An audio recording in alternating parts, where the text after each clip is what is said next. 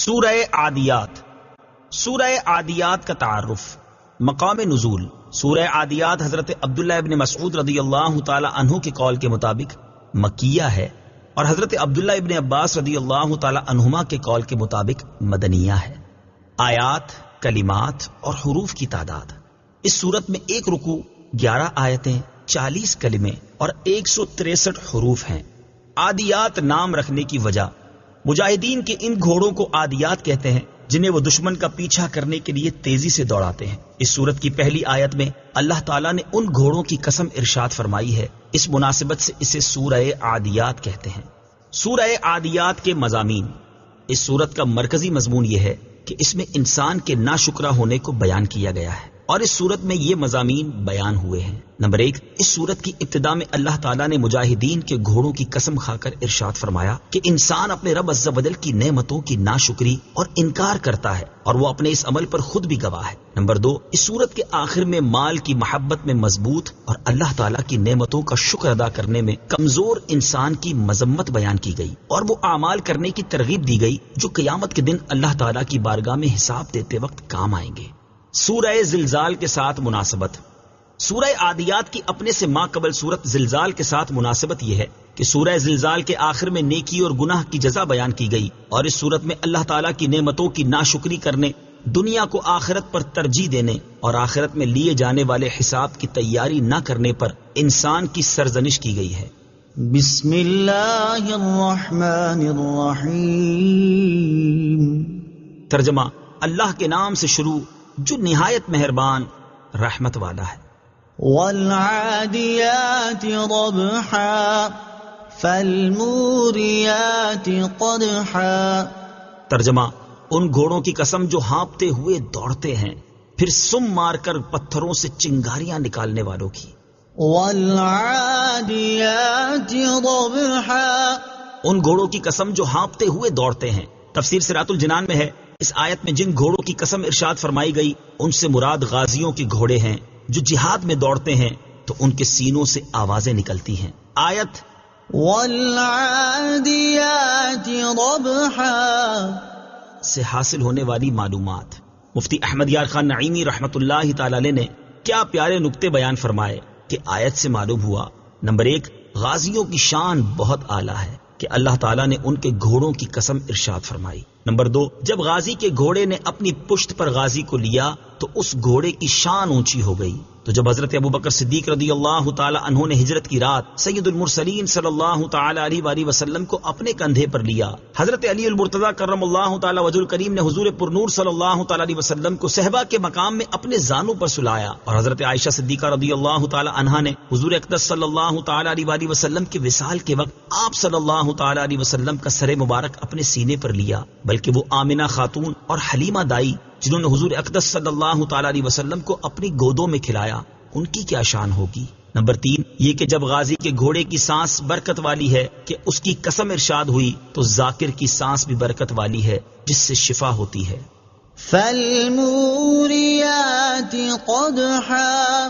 پھر سم مار کر پتھروں سے چنگاریاں نکالنے والوں کی. تفسیر صراط الجنان میں ہے حضرت عبداللہ ابن عباس رضی اللہ تعالی عنہما فرماتے ہیں اس سے مراد وہ گھوڑے ہیں جو پتھریلی زمین پر چلتے ہیں تو ان کے سموں کی رگڑ سے آگ کی چنگاریاں نکلتی ہیں. مقبولوں سے دور کی نسبت بھی عزت کا سبب ہے. یہاں ایک نقطہ قابل ذکر ہے کہ غازی کے گھوڑے کے سم سے اس پتھر اور شعلے کو نسبت ہوئی تو یہ اللہ تعالیٰ کی بارگاہ میں اتنا پیارا ہو گیا کہ اللہ تعالیٰ نے اس کا بھی قسم میں ذکر فرمایا. اس سے معلوم ہوا کہ مقبولوں سے دور کی نسبت بھی عزت کا سبب ہے. فالمغیرات صبحا فأثرن به نقعا فوسطن به جمعا. ترجمہ: پھر صبح کے وقت غارت کر دینے والوں کی، پھر اس وقت غبار اڑاتے ہیں، پھر اسی وقت دشمن کے لشکر میں گھس جاتے ہیں. فالمغیرات صبحا.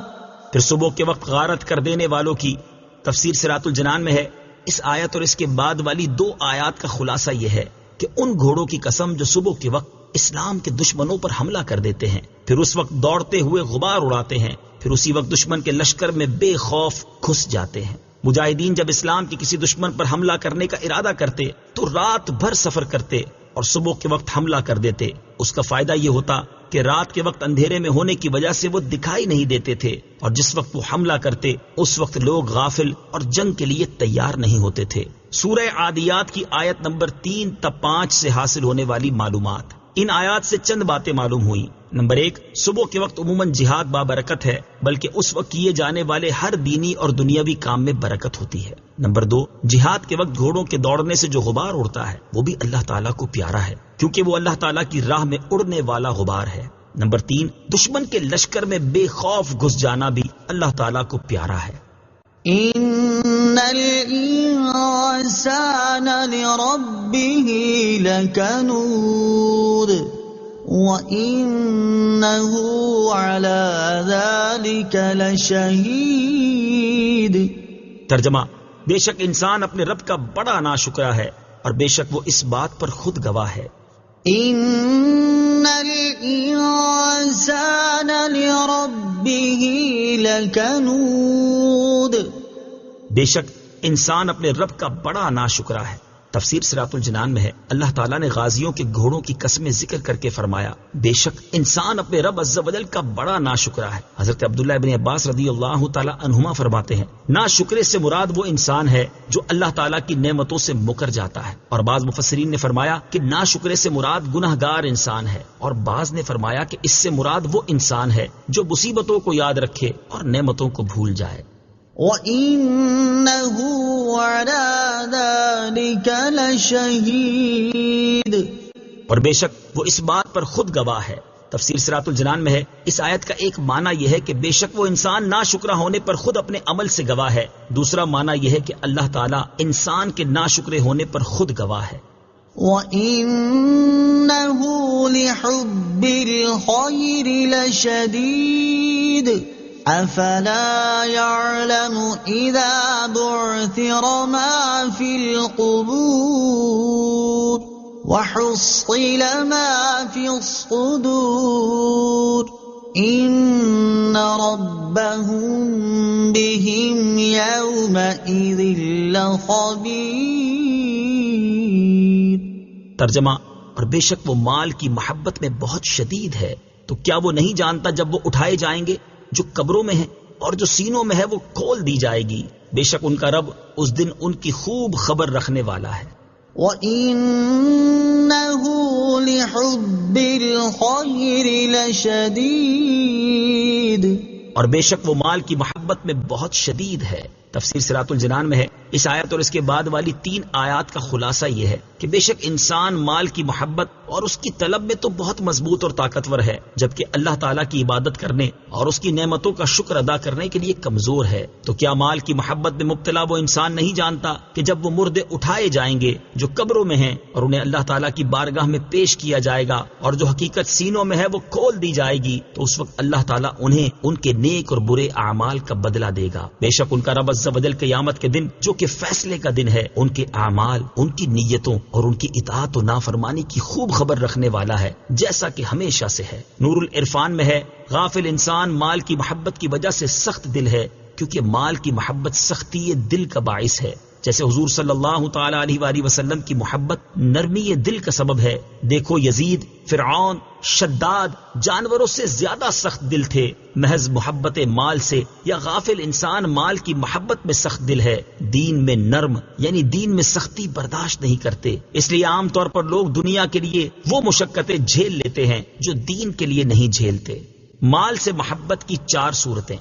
خیال رہے کہ محبت مال 4 طرح کی ہے۔ نمبر 1، حب ایمانی، جیسے حج وغیرہ کے لیے مال کی چاہت۔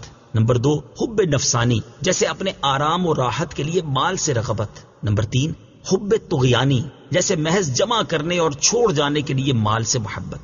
نمبر 4، حب شیطانی، یعنی گناہ و سرکشی کے لیے مال کی محبت۔ یہاں آخری 2 محبتیں مراد ہیں۔ پہلی قسم کی محبت عبادت ہے۔ حضرت سلیمان علیہ السلام نے فرمایا تھا، انی احببت حب الخیر حضور صلی اللہ تعالی علیہ وسلم کو جہاد کے گھوڑوں سے بڑی محبت تھی، چونکہ مال بہت خیر کا ذریعہ ہے اس لیے اسے خیر فرمایا گیا۔ صوفیہ کے نزدیک نعمت سے ایسی محبت بری ہے جو دل کو بھر دے کہ منعم کی محبت کی جگہ نہ رہے، وہی یہاں مراد ہے۔ اندرون دل صرف یار کی محبت ہو، وہاں اغیار نہ ہو، باقی محبتیں دل کے باہر رہیں۔ کشتی پانی میں رہے سلامت ہے، اگر پانی کشتی میں آ جائے تو ڈوب جائے گی۔